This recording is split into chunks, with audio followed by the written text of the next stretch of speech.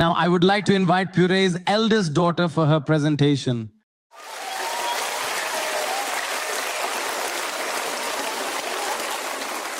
While heavily carrying the freshly harvested paddy and balancing a large woven basket on his weary shoulders, Ram cried out in a loud voice as he struggled to manage the immense weight of the heavy load he was transporting across the field.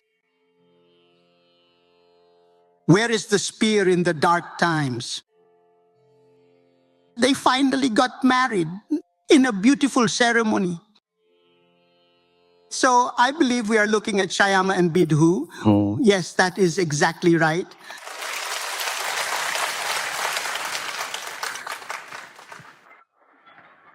Namaste, sir. Thank you. Thanks to all 6 of you.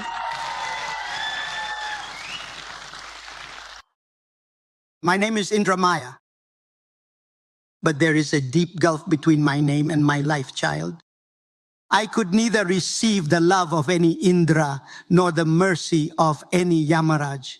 My life, like a flower in the garden at the age of just 30, became like a leaf fallen in a drought. After that, I was no longer known as Indramaya, but as a widowed mother. Child, this very morning my son said, "Mother." He said, "I'm going to tell the story of a widow. You should come listen." That made me even angrier, child. Oh, if telling my story could make me rich. I was so startled, thinking, no need for that. Going there just to tell my story, and here I am, stuck. Child, my son is very tall, about 6 feet. He might come this way, and the lock will be opened by the king. What can I do now, child? The story of a widow, the life a widow has endured, the pain buried deep in a widow's heart. No artist can truly see it. Child, no poet can truly write it. As I was leaving, he said, "Mother, the president is coming to this event. You might not know how to speak." That's what he was saying. It made me angry. He's trying to teach me. If I hadn't come to speak, he would have been the mute one. He tries to teach me how to speak in front of the president. Now, even if one woman doesn't say what another woman has said, she understands it herself. He keeps trying to teach me, and actually the president and my story are quite similar. 6 children. She is single, I am single too. But there is one thing that's not different between us. Raising 7 orphan children alone, especially when you're poor, is as big a battle as drafting a constitution, my dear.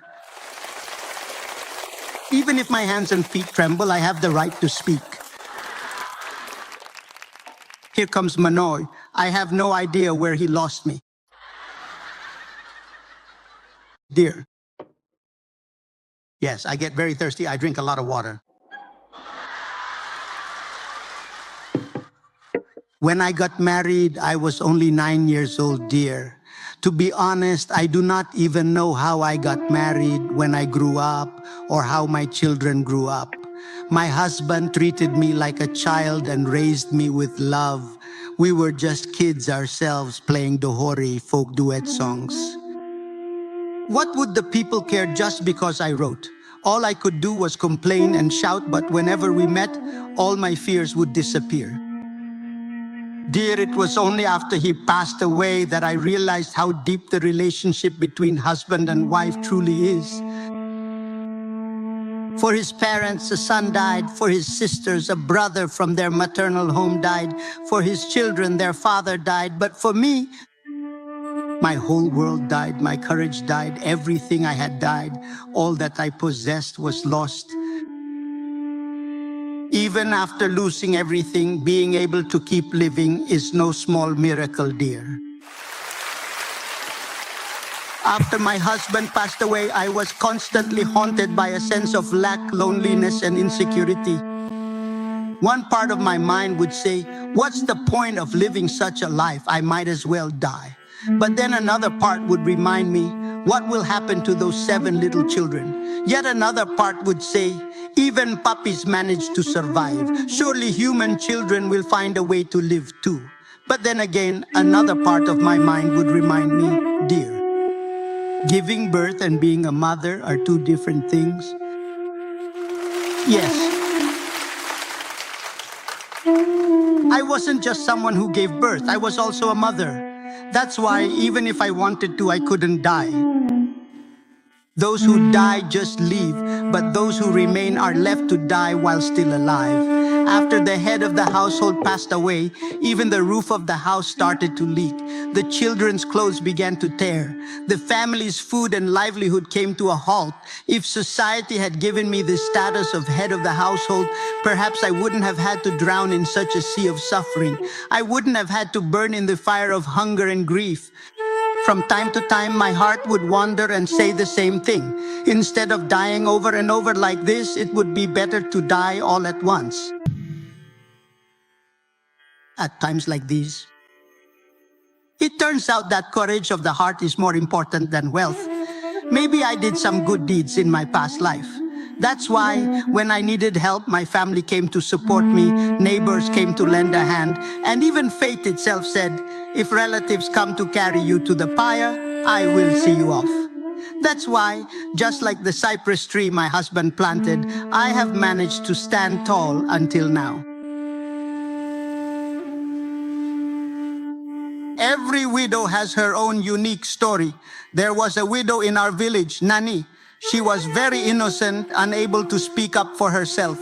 Her family locked her inside the house, trying to force her to marry a simple man from the village. When she refused, they forced her to drink poison to drive her out of the house. Poor thing, she died and threw herself into the Koshi River.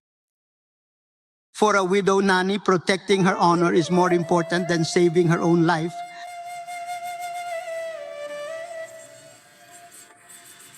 You could save yourself from tigers and bears at least. But it was hard to protect yourself from men who acted like wolves.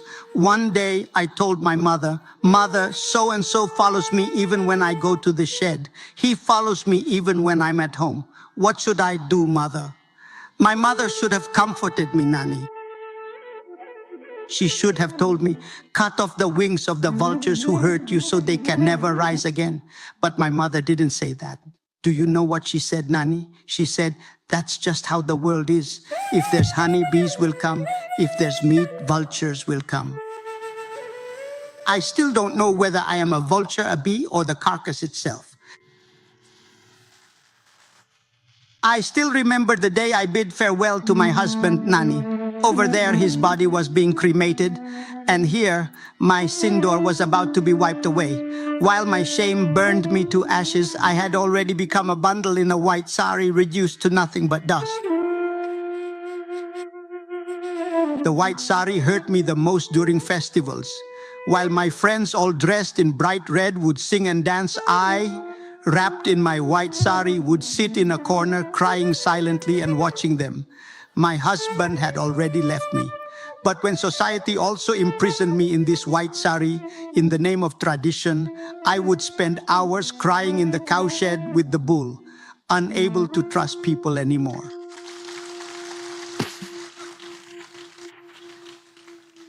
Once on the day of Shraddha, I asked my father, "Father, why do I have to wear a white sari?" He replied, "It's for your safety, dear." But what kind of safety was he talking about? I still haven't understood, because these human vultures are stopped neither by a white sari nor by an empty forehead. If they found me alone, they could devour me. If they found my daughters alone, they could devour my daughters. Until my son grows up, until my daughter returns home, I have always felt anxious and unsafe. To be honest, I really don't like this custom of wiping off sindor and breaking bangles. I don't even know why. This is a symbol of the husband. It's a source of courage, a blessing. Don't I feel incredibly happy when I see Nepali daughters adorned in red saris these days? But there's just one surprise. A little.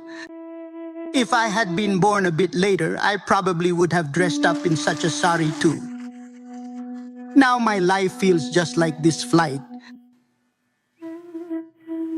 I might sound a bit too serious. Sorry about that.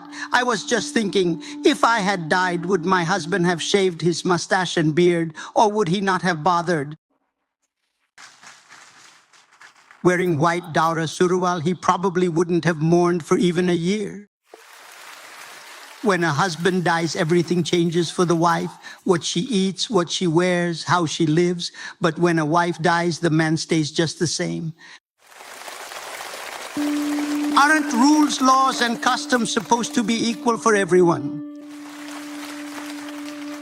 I see the children and daughters of soldiers here as well. It makes me so happy.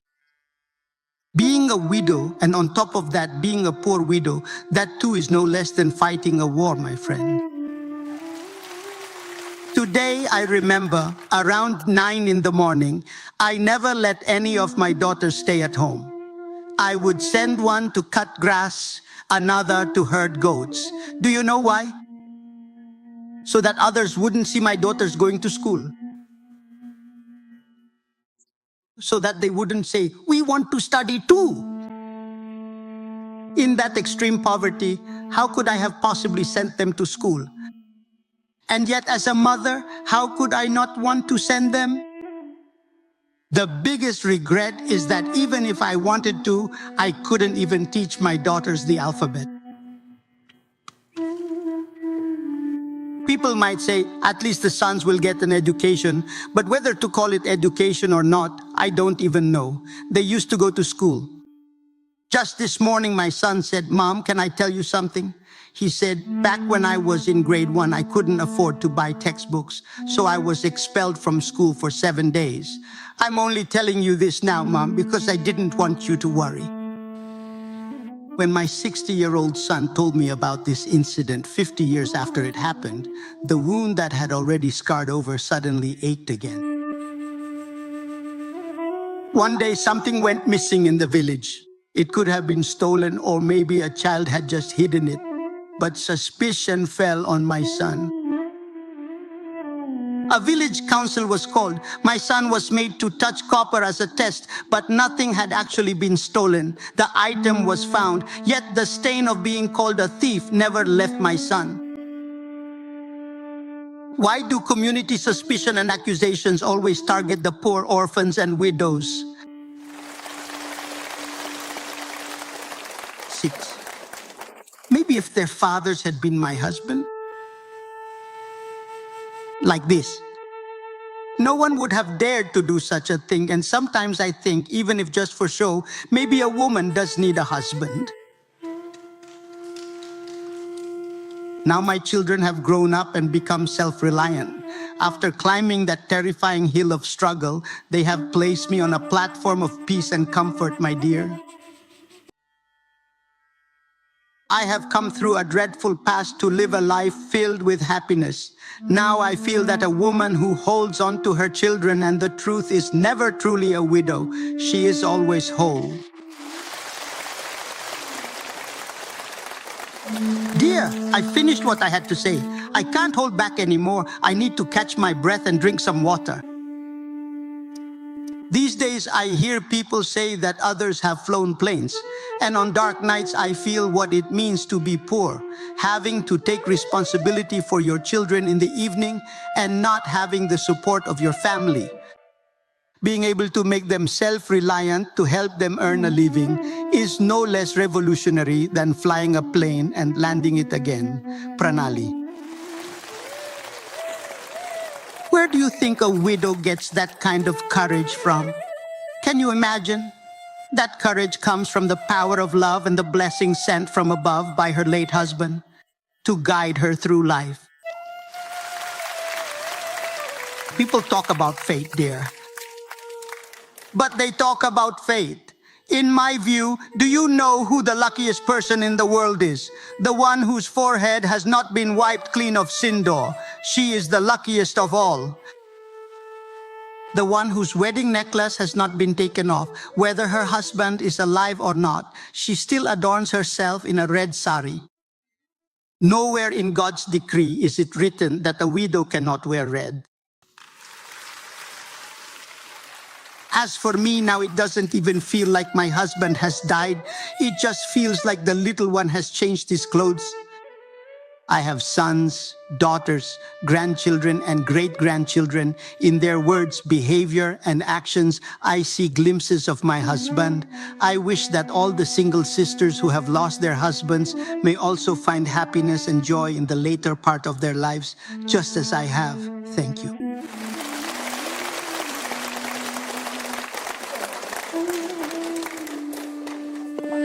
She was saying this when the bell rang, having come after locking up Manoj.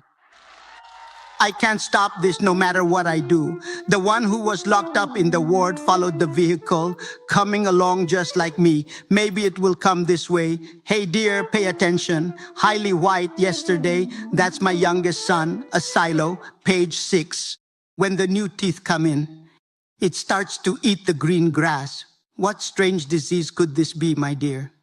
Why is it that you don't feel any genuine affection, this disease?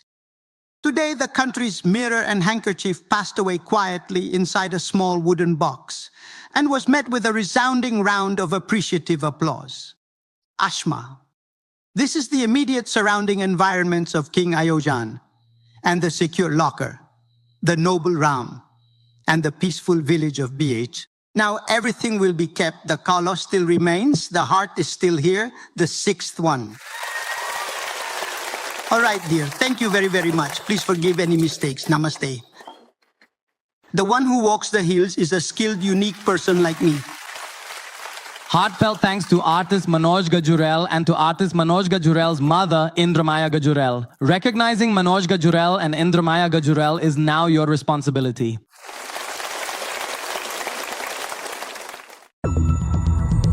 Let's have some real talk. Gajurel's deep and insightful thoughts by Gajurel.com. Yes, that is absolutely correct, Aama, without any doubt at all. That sounds good.